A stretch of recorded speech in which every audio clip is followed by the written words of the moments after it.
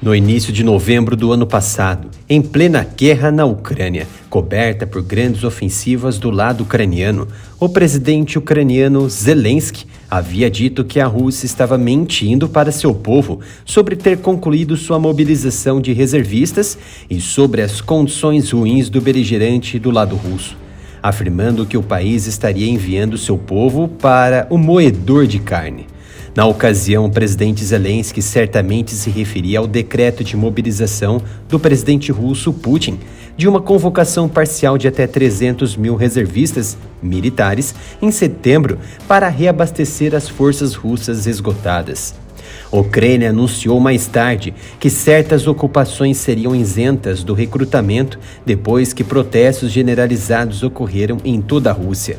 Entretanto, antes mesmo do início do conflito, algumas manobras do governo Zelensky foram realizadas para ocultar as obras e realizações negativas de sua administração ao elaborar leis para controlar todos os meios de comunicação, mentindo muitas vezes sobre suas políticas internas e relações com nações aliadas.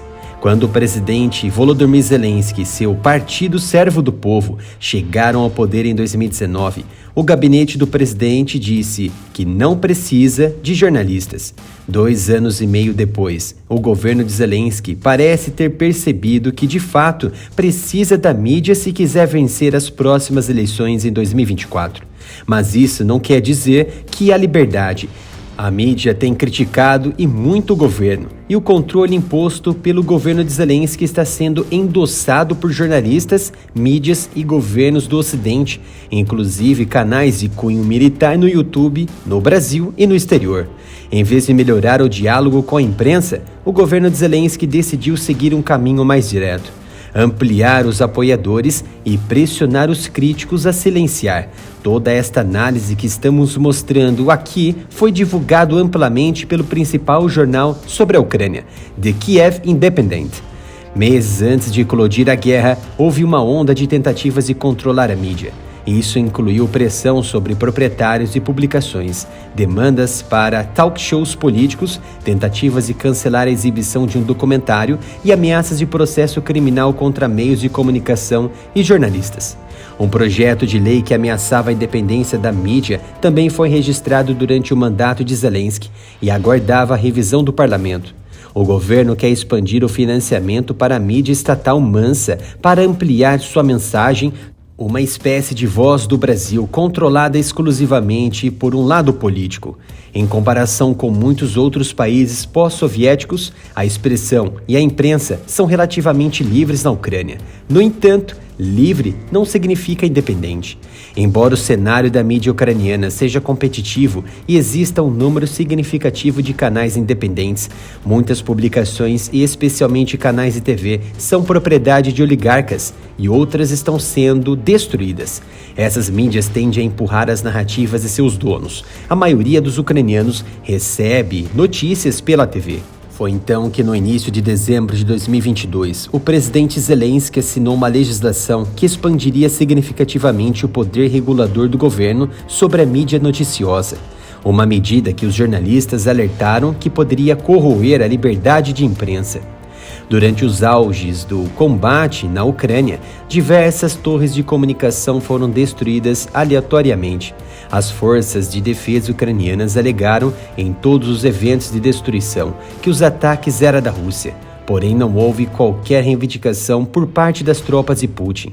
Pelo contrário, analistas ucranianos perseguidos pelo sistema de controle da imprensa de Zelensky endossaram que os indícios dos eventos denotam a participação de sabotadores ucranianos para interromper as comunicações das rádios e emissoras contrárias às políticas do país. Mas esta lei assinada por Zelensky já estava em curso? O governo Zelensky foi criticado por minar a liberdade de imprensa no passado e havia ordenado a elaboração de uma lei que aumentava a regulamentação em 2019, mas estava estacionada em busca de um bode expiatório para ser aprovada. E então, abre aspas, surgiu a guerra, fecha aspas. A medida foi aprovada pelo parlamento da Ucrânia no início deste mês, juntamente com uma série de outros projetos de lei que os legisladores dizem ter como objetivo ajudar o país a cumprir as condições legislativas da União Europeia para adesão. Os projetos de lei incluíam medidas para proteger os direitos das minorias nacionais.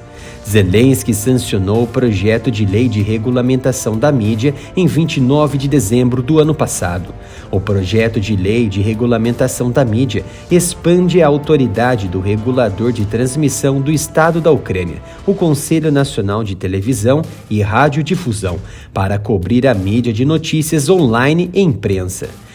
Ele dá ao regulador o poder de multar meios de comunicação, revogar suas licenças, bloquear temporariamente certos meios de comunicação online sem ordem judicial e solicitar que plataformas de mídia social e gigantes de busca, como o Google, removam conteúdo que viole a lei, ou seja, somente mostrar aquilo que convém ao governo.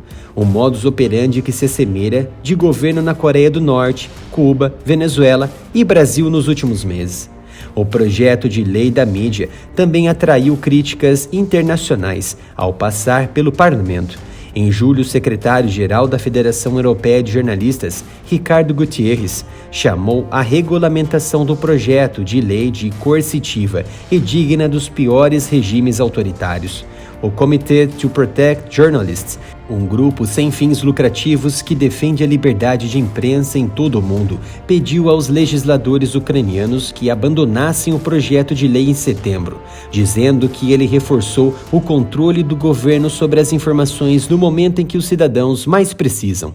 O Sindicato Nacional de Jornalistas da Ucrânia alertou em um comunicado antes da votação parlamentar que o projeto de lei ajudaria a corroer as liberdades que diferenciam o sistema social da Ucrânia do regime ditatorial da Rússia.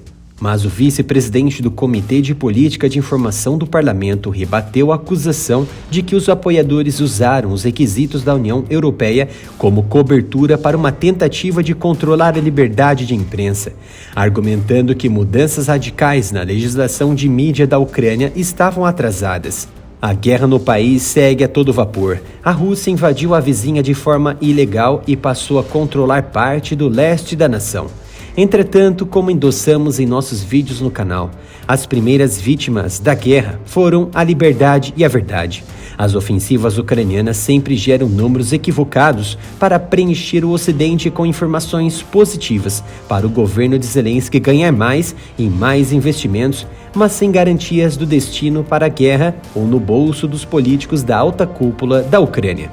Zelensky esqueceu que não está em um filme de comédia. Seus erros podem custar caro a toda a sociedade ucraniana, e há quem endossa suas políticas.